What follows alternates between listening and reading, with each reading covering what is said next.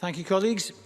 Now, our next item of business is a Stage 3 debate on motion 23606 in the name of Daniel Johnson on the Protection of Workers, Retail and Age-Restricted Goods and Services Scotland Bill. Before the debate begins, I am required under standing orders to decide whether any provision in the bill relates to a protected subject matter, that is, whether it modifies the electoral system and franchise for Scottish parliamentary elections. In the case of this bill, in my view, no provision of the bill does any such thing. Therefore, it does not require a supermajority to be passed at stage 3. So we'll move on to the bill. And can I call on Daniel Johnson to speak to and to move the motion? Thank you, Presiding Officer. I'm going to start this debate not with my own words, but those aimed at Jackie Mackenzie, a petrol station worker who simply asked someone to wear a mask. For doing so, she was threatened with the following words: "I'd get a test if I were you. I've got COVID."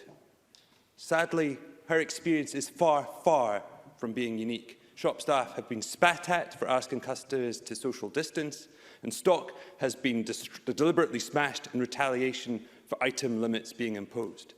Nor is Jackie's experience, nor those of hundreds and thousands of retail workers confined to lockdown and the pandemic. Jackie told me, as have countless other shop workers, that abuse is now just seen as part of the job, something that each worker is expected to handle every single day. According to USDA, 15 retail workers are assaulted on an average day in Scotland. In a given year, 1 in 3 will be threatened, 3 in 5 abused. These have all doubled since the onset of COVID. So as a former retailer, as someone still connected to the industry, as a member of the trade union USDA, a member of the Cooperative Party, and as a Labour MSP, allow me not just to make a declaration of interest, allow me to make a declaration of intent. Violence, threats and abuse should not be and never be just part of anyone's job. And let's make this bill and this vote tonight the first step in saying enough is enough. These acts of violence must end, and that when shop workers do their job, keeping us safe and upholding the law, they will have the fullest possible protection of the law. That is what my bill seeks to deliver. As well as creating a new statutory offence of assaulting, threatening or abusing a retail worker, it creates a statutory aggravation to that offence, that if it occurs while enforcing a statutory age restriction. This aggravation element of the bill stems from a very basic principle, that when people are tasked with upholding the law, that they should have the protection of the law. Shop workers are personally liable for upholding the law regarding age-restricted items. Failure to ask for proof of age can result in fines or imprisonment. But it's a sad fact that the denial of sale resulting from proof of age is the biggest single trigger factor to these dreadful incidents, or it was, until COVID and enforcement of social distancing overtook it. This bill recognises the broad range of contexts in which age-restricted goods and services are sold, and also the changing nature of retail, where people are as likely to buy online and have goods delivered as they are to make purchases in store. So this bill defines retail work beyond simply retail context, covering those working in bars, restaurants, hotels. Similarly, those making online deliveries who are required to ask for ID when dropping off age-restricted items will also be covered. The bill will also have 2 additional benefits. It will act as a clear signal as to the seriousness with which these crimes will be taken. It will also ensure that we are able to measure these crimes, which is currently difficult to do so. But we are able to via the Emergency Workers Act, which is used on average 300 times every single year. But it cannot stand alone. So I was pleased to hear confirmation from the Minister at stage 1 of the passing of this bill, that the Scottish Government is committed to developing an awareness-raising campaign to coincide with the implementation of this bill. This is vital to ensure the success of this legislation, and I would be certainly very interested to hear of any further details the Minister might have. In closing, I would like to thank everyone who has worked so hard to get this bill to stage 3. I'd like to thank the members and clerks of the Economy, Energy and Fair Work Committee for their diligent Stage 1 report. I'd also like to thank fellow members from across the Chamber for their input and cooperation. I'd particularly like to thank Ash Denham, the Minister, and acknowledge her constructive and productive engagement on behalf of the Scottish Government. I'd also like to offer my particular thanks to my trade union, USDA, and also to the GMB, Unite, and the other trade unions that support this, also to the Cooperative Party. I'd also like to thank retail groups such as the Scottish Retail Consortium, the Scottish Grocers Federation for being behind this bill from the very start and demonstrating the consensus between workers and employers on this issue. But above all else, I would like to say thank you to the thousands of shop workers who have supported this initiative and say thank you for the job you do, keeping us fed, keeping us safe and upholding the law.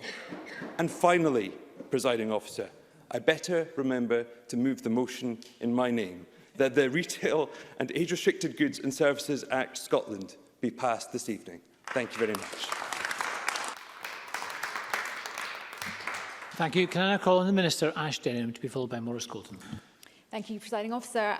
In the short time that's available to me today for today's Stage 3 debate, I also want to begin by thanking retail workers right across Scotland for their outstanding contribution they've made in helping to get communities through these extremely challenging times. I appreciate all the hard work and commitment of those working in the retail sector in Scotland.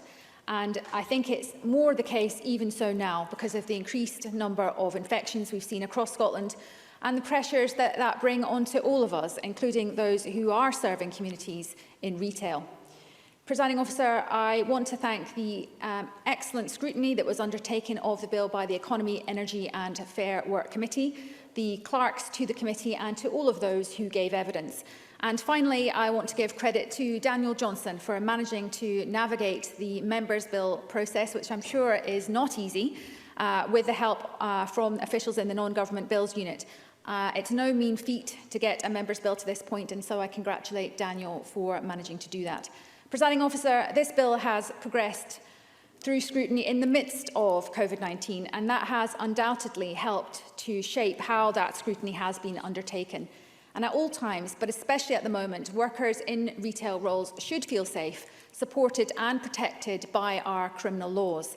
And although they are currently protected by a wide range of existing criminal laws, many have not felt safe or protected when exposed to verbal abuse, threatening and abusive behaviour and physical attacks. And there's no excuse for such behaviour, and criminal laws do have a key role to play. So I fully support law enforcement agencies in taking robust enforcement action to deal with any attacks and threats made against retail workers if they consider that necessary in any given case. And I hope that this bill, when passed, will make the general public think more about their behaviour when they're interacting with retail workers, especially in such difficult and challenging times. So the bill will ensure that the seriousness of offending is highlighted through a specific offence. The court, when sentencing, assesses whether higher sentences are required in the context of age verification and allow for better data to be collected over a period of time. The parliamentary process has resulted in an amended bill that I think now strikes the appropriate balance. And, Presiding Officer, legislation has a key role to play.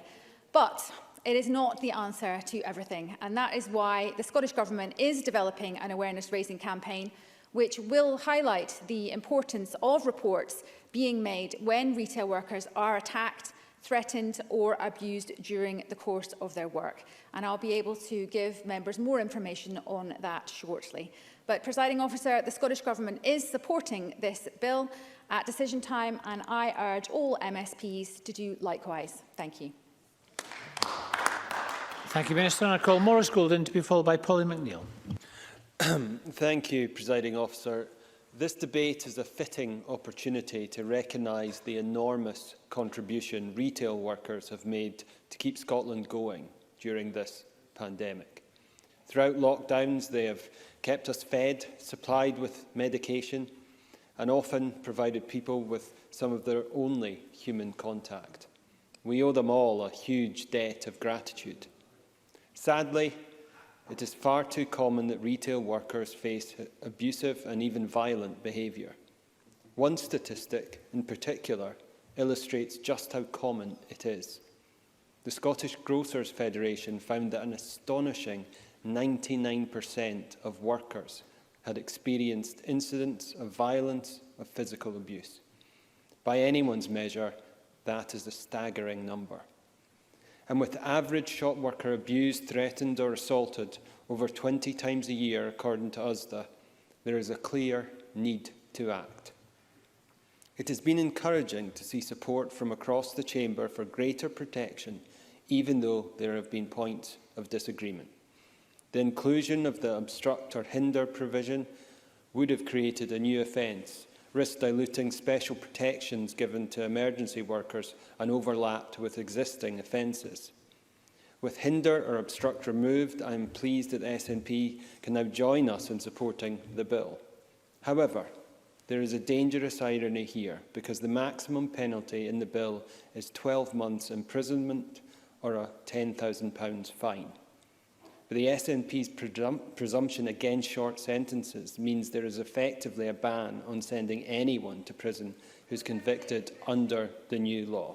Happy to take an intervention. Minister Ashton. Would the member not accept that it is patently evident that a presumption is not a ban? Maurice Golden. It's patently evident that the SNP are soft on crime and soft on criminals. And I do commend Daniel Johnson for introducing this bill and the exemplary way he has guided it through Parliament. We should remember that Labour supported this presumption against short sentences. And I raise this because I support the bill and want it to succeed, a position shared by the Association of Convenience Stores, fully supportive of the bill, but with concerns over sentencing. Happy to Daniel Johnson. I'm very grateful to Maurice Golden. I wonder if I might return us to a point of consensus, and I really thank him for his complimentary remarks. I was wondering if he might get in touch with colleagues in Westminster and urge them to support similar moves which are taking place in Westminster on behalf of Alex Norris, my colleague in Westminster. Maurice Golden. I'm sure my colleagues who ably represent Scotland will look favourably upon any reasonable legislation put before the House, as they always do, representing Scotland and standing up for Scotland's interests.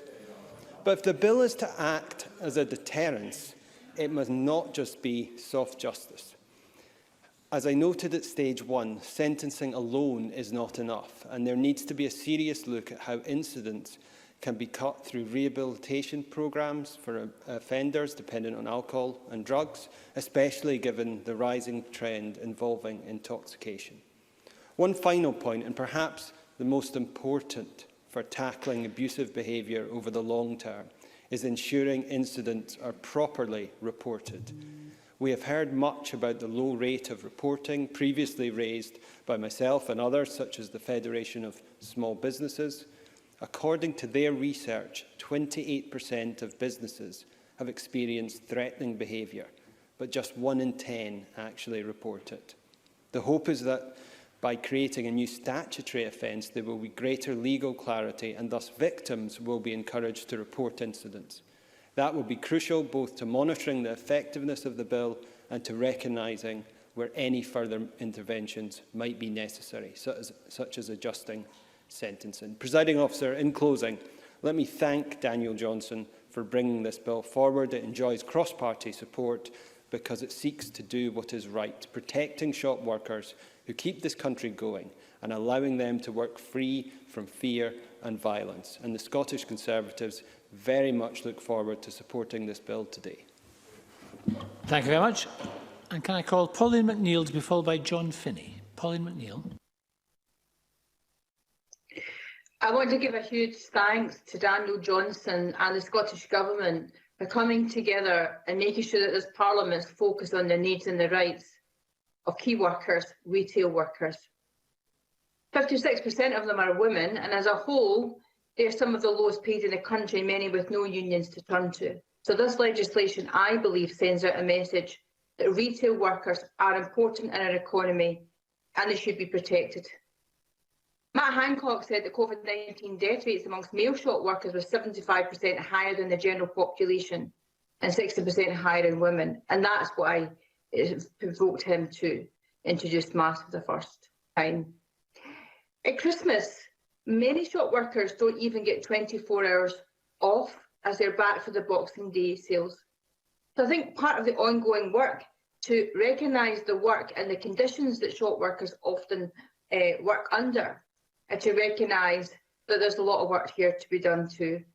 At the start of the pandemic, when most of the country retreated to the safety of their homes, retail workers rolled up their sleeves and got on with the task of returning shops and remained open for the rest of us. And those working in pharmacies, supermarkets, post office, jewellery shops, clothing stores have been absolutely vital in ensuring that the country has been kept running day to day as smoothly as can be expected in a national crisis.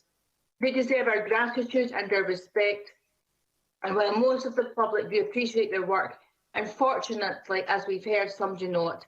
And I was appalled to find out that 15 retail workers are assaulted on average every day in Scotland.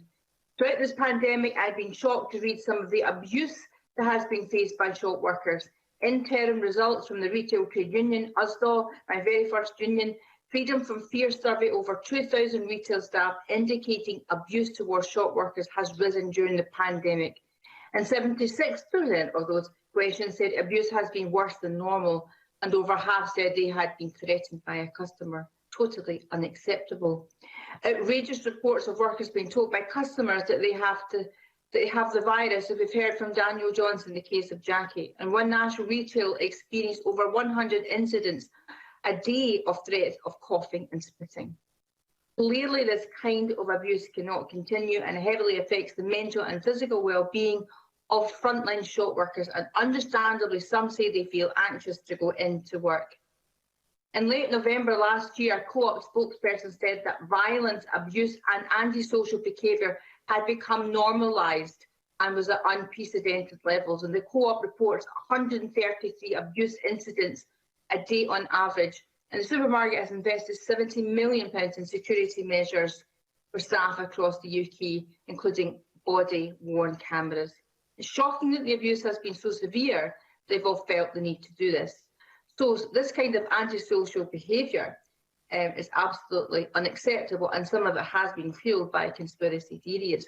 One supermarket worker said a couple behaved badly in the store. We had one gentleman come in with no mask, filming the store, shouting abuse, telling us that we were all robots for the government.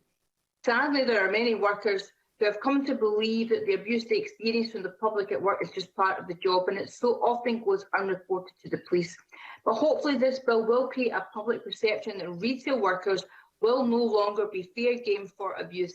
It is long overdue that the police will have the necessary powers to come down hard on those assaulting workers. I am delighted the trade unions, USDA, the GMB, my own union, and the Co-op party are supporting the bill, and I've done so much work to promote it. And the Scottish Retail Consortium also, and the Scottish Grocers Federation. So anyone who's had to interact regularly with the public during this pandemic is already exposing themselves to a degree of personal risk from contracting the virus. On top of this, they should not have to fear verbal or physical abuse at work. It was also reported yesterday that UK Vaccines Minister has said that he's hoping to target key workers such as police officers, shop workers and teachers in the next phase of the vaccine rollout. Although it's difficult to decide where people should be placed in the queue to get the vaccine, whatever we decide, shop workers are heroes in this pandemic, and I know that this whole Parliament is already united to protect them. Thank you very much. Thank you very much, Ms McNeill. And I call on John Finney to be followed by Lee MacArthur. John Finney. Thank you very much indeed, Presiding Officer, and I'm delighted to be contributing to this debate. Although I've not been involved in any of the scrutiny, I've watched the progress and I'm very pleased to see it at this point. Many of us will recall the representations that USDA, the Shop Workers Union, have made in the Parliament, often in the run-up to Christmas, about the terms and conditions that their members found themselves working in. Of course, that was to highlight a particularly important time for workers, but it wasn't that the union were neglectful of the need to have a safe working environment throughout the year, and this piece of legislation will play an important role in that. Every worker has the right to a safe and healthy workplace, and we've heard a number of shocking statistics. I think it's interesting that the accompanying documents to the bill talk about aims to give greater protection. And I recall a conversation with Mr Johnston in advance when he was seeking signatures, explaining why he thought that was important. And it is about the obligations that the state have placed on these individuals to act on behalf of the state. And I think that's a very, very compelling argument. If you think of something like Scotland's unfortunate relationship with alcohol and the role that retail workers play in the harm reduction associated with that, then it's quite right if they're doing that on the state's behalf, that the states afford them the appropriate protection. There's one thing the pandemic has done is highlighted the importance of our retail workers, and I would like to join with many other colleagues in thanking them for all their efforts. We know that this legislation is about shops, about bars, about restaurants, and the challenges that all these people face, often on top of what aren't, in many occasions, the very best of working conditions in any case. So I commend Daniel Johnson for his tireless work getting us to this point, and I appreciate the volume of work that's been involved in them. I think this Parliament's at its very best where, following the most detailed scrutiny, and I know that many issues were stress tested throughout the previous stages, an agreed form of words is in place, making good law, making needed law, and law that will work for our communities. Now, I'm not going to rehash all the statistics that colleagues have said before. I saw the ASDAW briefing today, and I thought that the congratulations to Mr Johnson was entirely appropriate, and talking about the role on the front line throughout this coronavirus crisis, helping to ensure communities remain fed despite the risks of contacting the virus. That's the words of Mr Forrest, the ASDA Divisional Officer. And for that pivotal role in our communities, there's not simply our thanks, our admiration, they deserve the appropriate level of protection, and that is entirely correct. My reflections come as a former shop worker, also as a former police officer who was aware of the manner in which some shoplifting gangs intimidated groups, threats of violence, we know your address and all the rest of it.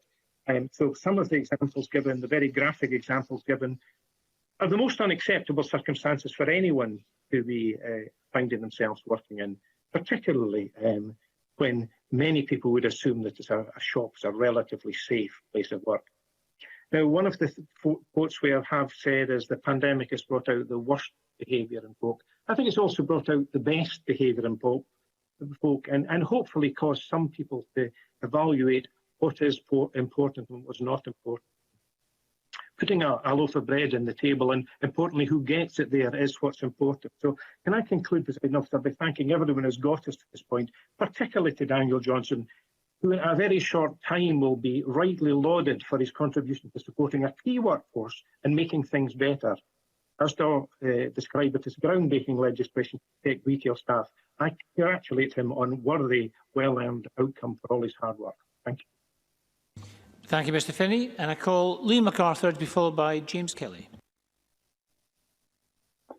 Thank you, President Officer. Like others, can I congratulate Daniel Johnson and his team on getting to this stage. It's not always recognised the amount of work that goes into taking forward a member's bill. It's a process of which this Parliament can be rightly proud, but it is certainly no easy undertaking.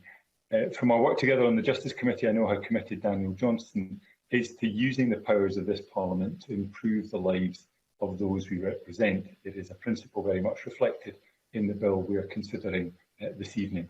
That's not to say that I did not initially have reservations about some of what was being proposed. They are reservations I expressed at stage one and indeed directly to Daniel Johnson, albeit I was happy to add my name as a signatory of his bill.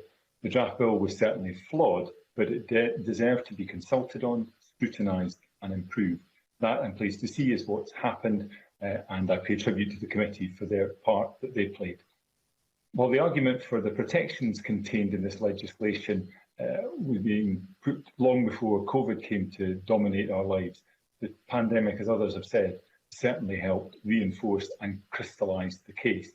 Like other sectors often unrecognised or underappreciated, retail and those working in retail have demonstrated their true worth and value over the last 10 months. Shops have always been central to the communities that revolve around them, but that has come into sharper focus of late. In Orkney, and I suspect in constituencies the length and breadth of the country, local shops have proved to be a genuine lifeline, with retail workers going above and beyond to serve their communities, particularly those most vulnerable and most at risk. As I said at stage one, however, in the early stages of the pandemic, too often the experience of local retail workers was not a positive one. Instead of thanks, they regularly faced abuse, threats and other unacceptable behaviour from some customers. A small minority, I accept, but deeply unpleasant all the same. Panic buying created problems where they didn't exist, and staff trying to do their best met with abuse for simply doing their jobs. Much of this thankfully appears to have died away, and the majority, I think, have taken steps to redress the balance by expressing their gratitude. Nevertheless, it's highlighted weaknesses in the current protections available, weaknesses that hopefully this bill can go some way to addressing. As the committee heard, not only is there disturbing evidence of the violence, threats and aggression faced by retail workers, they also heard concerning reports about a reluctance to report these incidents to police for fear of not being taken seriously. That's not acceptable. That needs to change. In terms of improvements to this bill, I'm pleased to see changes making much clearer the behaviour that is being targeted by the legislation. That clarity is helpful in improving public understanding, but in turn it helps ensure greater effectiveness of the protections being put in place. Of course, passing legislation itself will not prevent these problems arising. It can, though, help raise awareness and offer greater confidence to retail workers that the concerns they raise will be taken seriously and acted upon appropriately. Those would be no small achievements. I don't quite understand Maurice Golden's determination, despite Scotland's already obscenely high rate of incarceration, to stuff our already overcrowded prisons yet further. But let me finish by warmly congratulating Daniel Johnson once again, thanking very much retail workers in Orkney and across the country, and confirm that Scottish Liberal Democrats look forward to voting for this bill at decision time this evening. Thank you. Thank you very much, Mr MacArthur. And before I call Daniel Johnson, James Kelly. James Kelly. Thank you, Presiding Officer, for making the time to allow me to make a brief contribution.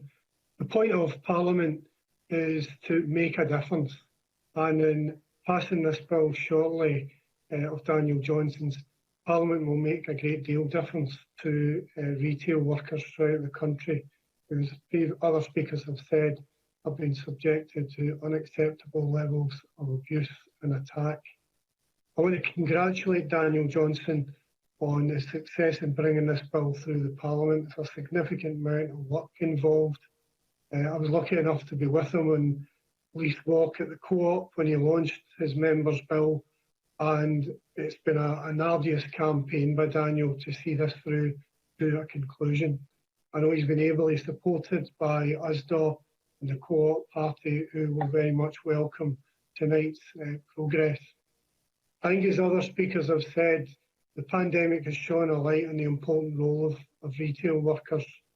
They've done an absolutely fantastic job in looking after people, particularly vulnerable people in communities, making sure people get their shopping, make sure they're safe in the shops. We rely on these workers to ensure that public health regulations are followed in terms of tobacco and alcohol, and it's been particularly challenging throughout the pandemic for them to deal in some instances where unruly customers have challenged them as they sought to keep customers safe and ensure, for example, that all customers wore masks. This has been totally unacceptable.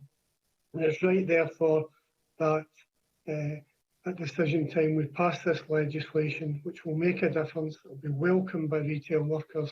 It will give protection, and it's something that will have support not throughout the Parliament, but throughout communities throughout all of Scotland. Thank you. Thank you very much, Mr Kelly. And can I call on Daniel Johnson to wind up in this debate? Thank you, Presiding Officer. And I'd like to just carry on my closing remarks with a few more thank yous. First of all, thank you to every member who's contributed to the debate this evening. This has been a consensual process, and this has been an interesting, albeit brief, debate. I'd like to thank my office team, Alan Irvin, Alana Hoggard and Michael Adamson, and also Stuart Tooley, who's no longer in my employment, but who was so critical at the very inception of this bill. I'd also like to thank some of the people who work so hard behind the scenes. Mary Dinsdale, Kenny Hidet Kinnan, Andrew Milne from the Non-Governmental Bills Unit, whose diligent support and advice has been so critical to getting to this stage. I do know that special advisors are not ever meant to be mentioned, let alone praised. So I hope this doesn't get him into trouble.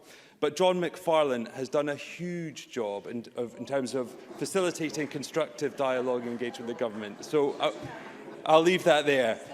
May I also say that this process has taught me a lesson about how politics can work. I think sometimes we do ourselves a disservice in this place. We present a face of disagreement and hostility in this room, but in committee rooms and in the garden lobby, members exchange ideas, work together and act constructively. And that has certainly been the case with this bill, and I thank every single member who has engaged with me on it.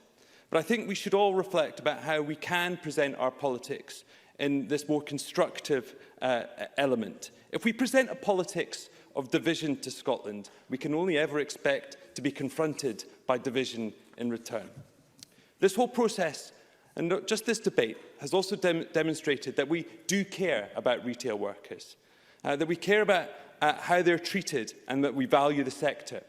The COVID crisis has brought their work into sharp focus, but for too long, I feel there's been a sense that retail and retail workers have been taken for granted. My bill hopefully will act as a vital step towards correcting this, but it must prompt a wider rethink. We must end the assumption of ministers and legislators of all stripes and colours that public policy can be implemented for free at the press of a till button. There's been an assumption that it is quick, easy and cost-free to legislate in this way, but all too often it leads to confrontation for retail workers. When additional restrictions and requirements are placed on retail workers to uphold the law, they must bring with them requirements of compliance and means of enforcement.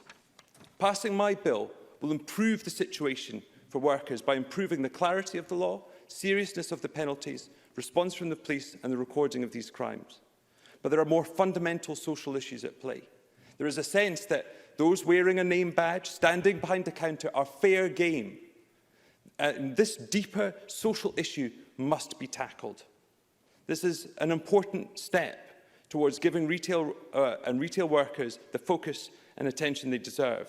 And retail needs this attention now more than ever. This is an industry in crisis. High streets had seen shop units emptying as retailers struggled to compete with online retailers such as Amazon before anyone had heard of COVID.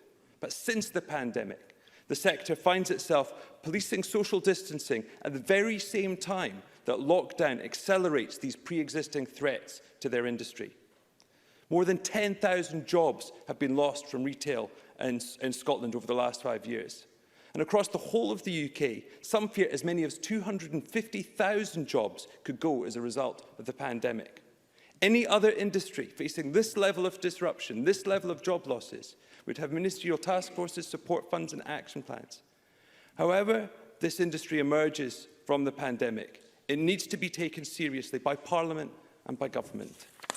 This bill, if passed this evening, will not solve all the issues of violence and threats and abuse suffered by shop workers by itself, but it will create a starting point for tackling these issues. And perhaps it will send a signal to those working in the sector that at last they feel that they are being listened to, that they're not being taken for granted. If passed, it will mark Scotland leading the way in protecting retail workers in this way. And so attention will naturally turn to my Labour colleague Alec Norris MP's efforts to pass similar legislation in Westminster. So let us lead the way. Let us mark our thanks to shop workers for the work they do. Let us vote and make sure that violence, threats and abuse are not part of the job, not for shop workers, not for anyone. Thank you.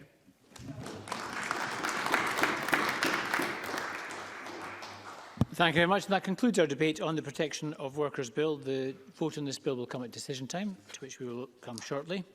The next item of business is consideration of motion 23863 on a financial resolution for the United Nations Convention on the Rights of the Child and Corporation Scotland Bill. Could I call on John Swinney to move this motion? Move, Presiding Officer. Thank you very much, Deputy First Minister. And we now turn to decision time. There are 4 questions this evening. The first question is that motion 23884, in the name of Hamza Yousaf, on covert human intelligence sources criminal conduct bill legislative consent motion be agreed. Are we all agreed? We're not agreed. We're going to move to a vote, and to allow members both in the chamber and online to access the voting app, we're going to have a short suspension. So a short suspension to allow members to access the app.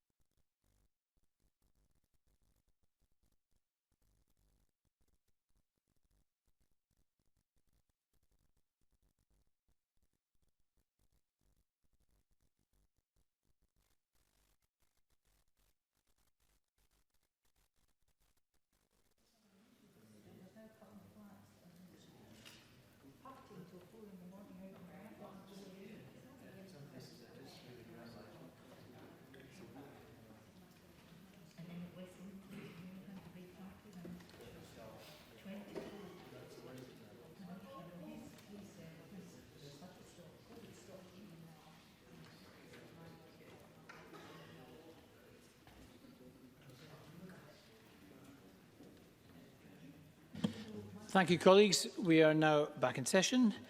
We're going to go straight to the vote. The question is that motion 23884 in the name of Humza Yousaf on covert human intelligence sources criminal conduct bill legislative consent motion be agreed, and members may cast their votes now. This will be a 1-minute division.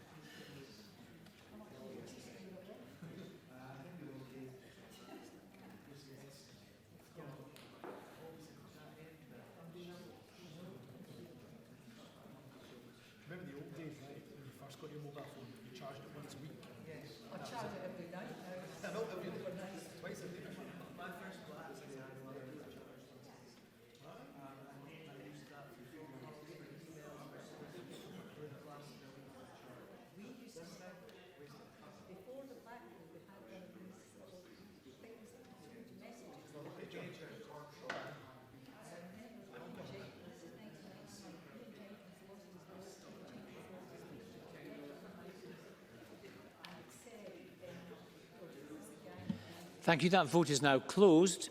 If any members believe they were not able to register the vote, please let me know through a point of order.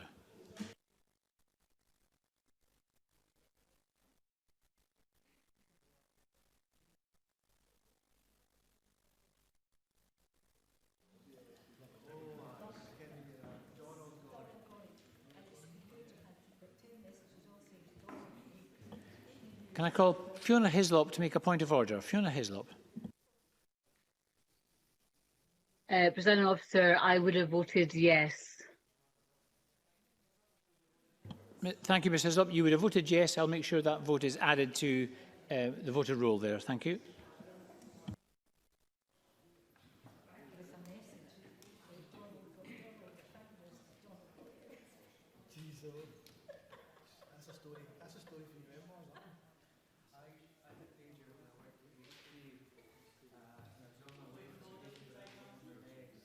Point of order, Jackie Bailey. According to my phone, there has been a problem and the digital voting connection could not be started. I would have voted yes. Thank you, Ms Bailey. I'll just check. I can confirm you did vote and it was registered.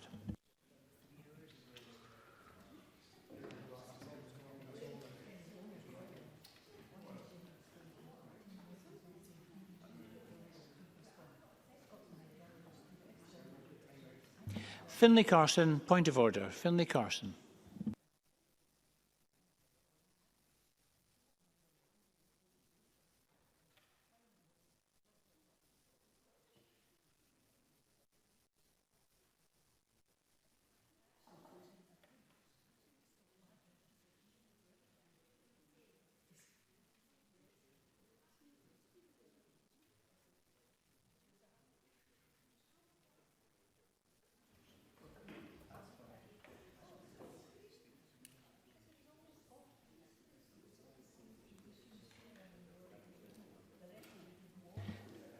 This is for Bruce Crawford. Mr Crawford, your vote was registered. No need for point of order. Your vote was registered.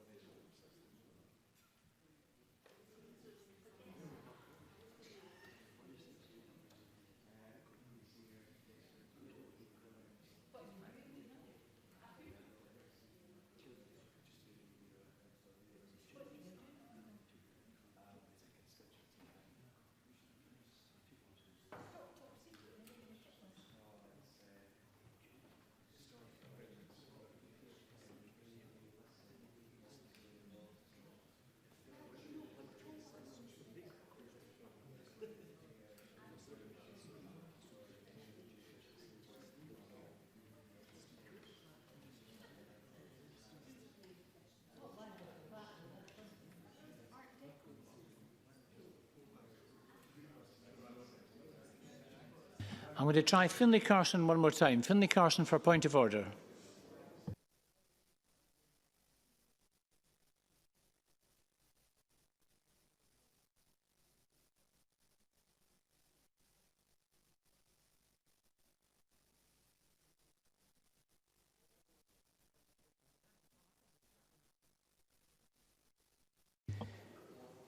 So apologies to Mr Carson, but I'm afraid we've lost connection with you and I'm afraid I'm going to have to call the result of this vote, but you will be able to make an additional point of order later if you wish to.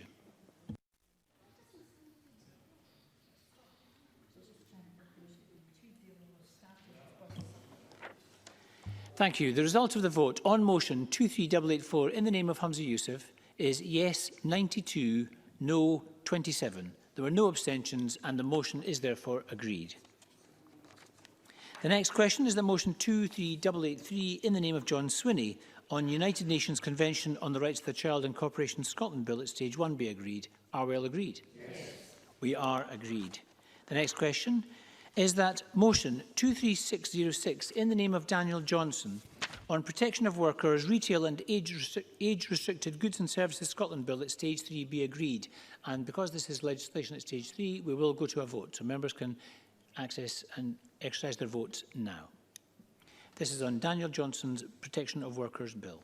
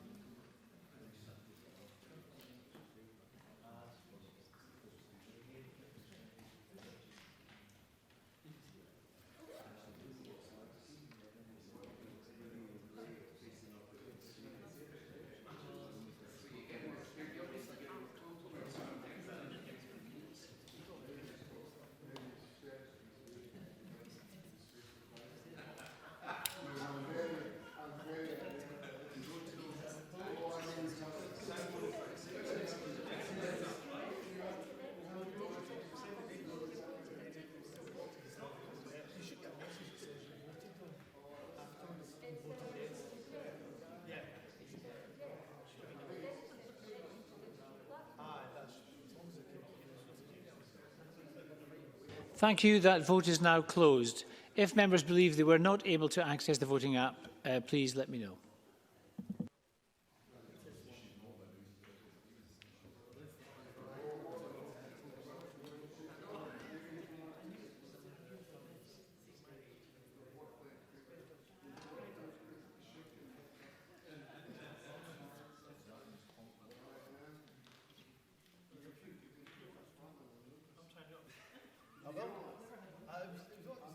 It was already on thin ice, to be honest.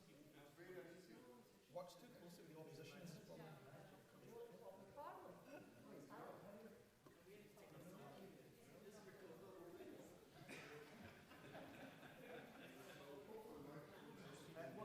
See, the problem, John, is that next they'll bring forward a protection of SPADs bill.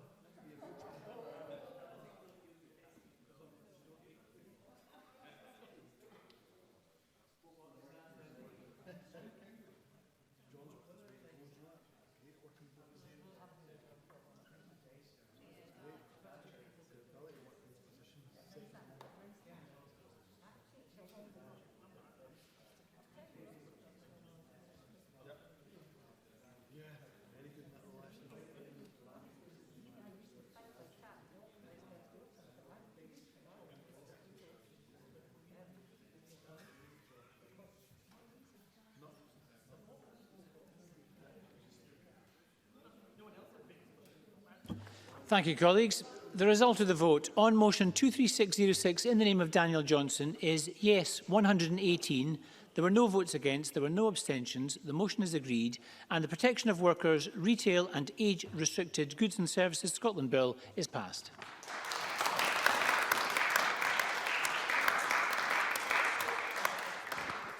Thank you. And our final question this evening is that motion 23863 in the name of Kate Forbes on United Nations Convention on the Rights of the Child Incorporation Scotland Bill financial resolution be agreed. Are we all agreed? Yes. We are agreed. Thank you very much. That concludes decision time and I close this meeting.